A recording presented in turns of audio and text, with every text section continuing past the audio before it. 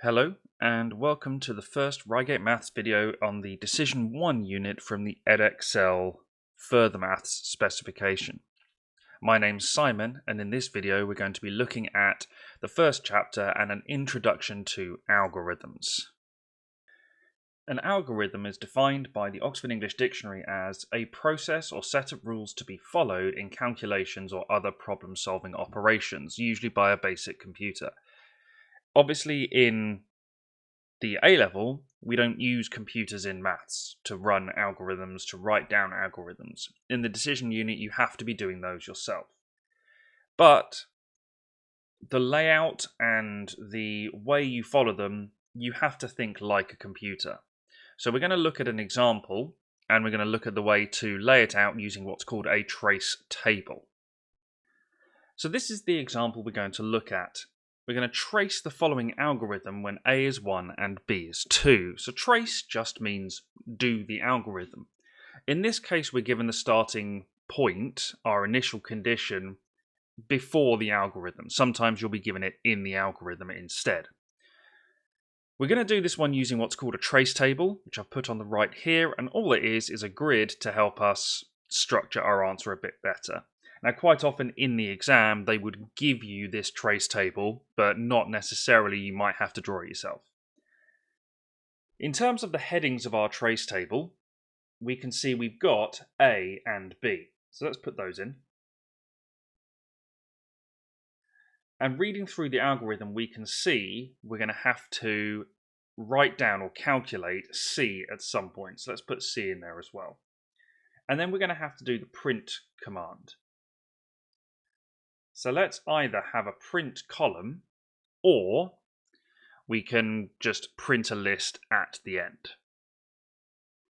So if it turns out that you only print once, you don't need a print column. You can put it in, but it'll only have one thing in. Now, a good rule of thumb when tracing an algorithm is whenever you want to write a new thing down or start a new line here, you start a new line in your trace table. So let's go through it. We input A, B. So we've got A as 1 and B as 2. We're now starting a new line, so let's start a new line here. So we print A, comma, B. We let C equal A plus B, C is 3. We then print C. We then let A equal B, so A becomes 2, because B is currently 2, so A becomes 2. And we let B equal C, so B is currently 2. We're going to change it to what C is, 3. If C is less than 10, which C is, we go to 3. So that's one iteration of our algorithm. An iteration means one pass through. So we've done it once and we haven't finished. So we're going to have to keep going. So we go to line 3. Don't go right back to the start, otherwise it kind of defeats the point. You can see here we're told to go to line 3. So we let C as A plus B. A plus B is 5, and then we print C. The key thing here when tracing algorithms is it's very, very easy to lose track of what you're doing or assume that you know what the algorithm is doing already. So be very, very careful when you're doing that so as to not make mistakes. Okay, so we let A equal B, and we let B equal C.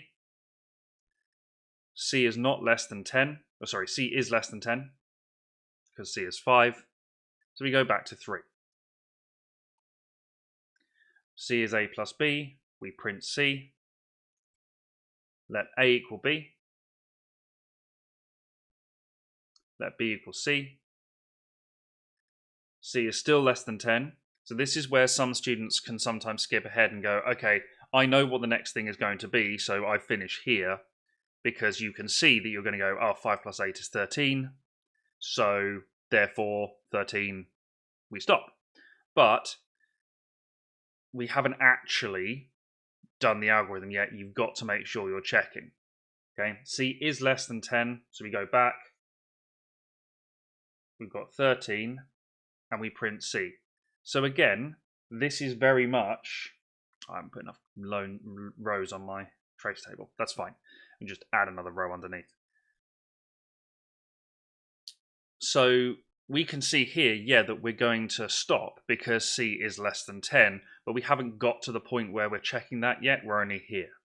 So we let A equal B. So that's 8. B equals C. That's 13. So if you have to add another row on your trace table, that's fine. Let's just do that quickly. It's going to be a bit messy, but oh well. And now we check. Okay, is C less than 10? C is less than 10. C is greater than 10, so we stop. But you've got to make sure you've got these two rows filled in here. Now, this is something that's very typical you have to do in the decision unit, is describe the purpose of this algorithm. And that's looking at either the relationship between the numbers you put in and the final number you write down, or if we have a lot of print terms here, generally describing the sequence. And we can see here that we've got 1, 2, 3, 5, 8, 13. So 1, 2, 3, 5, 8, 13.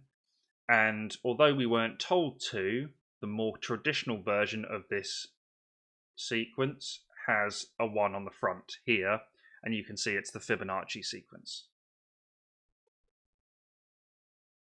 Try and spell that right.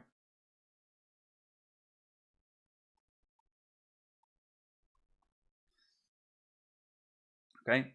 Line 7 is replaced by if C is less than 50, go to 3. So you might also have to figure out what a change to the algorithm does. So we can see we're changing this bit here.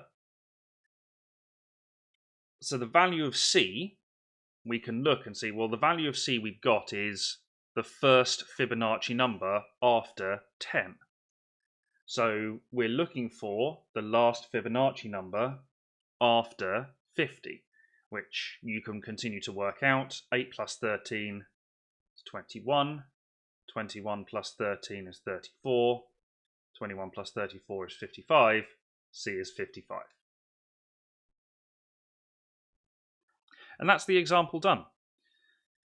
Relatively simple, but very easy to make simple mistakes. And that's the introduction to algorithms. In the next video, we're going to look at a different way of laying out the instructions for an algorithm. So here we were given it as a list of instructions in words. The next video, we're going to look at how we are dealing with algorithms if they're given to us as a flowchart. But thank you for watching.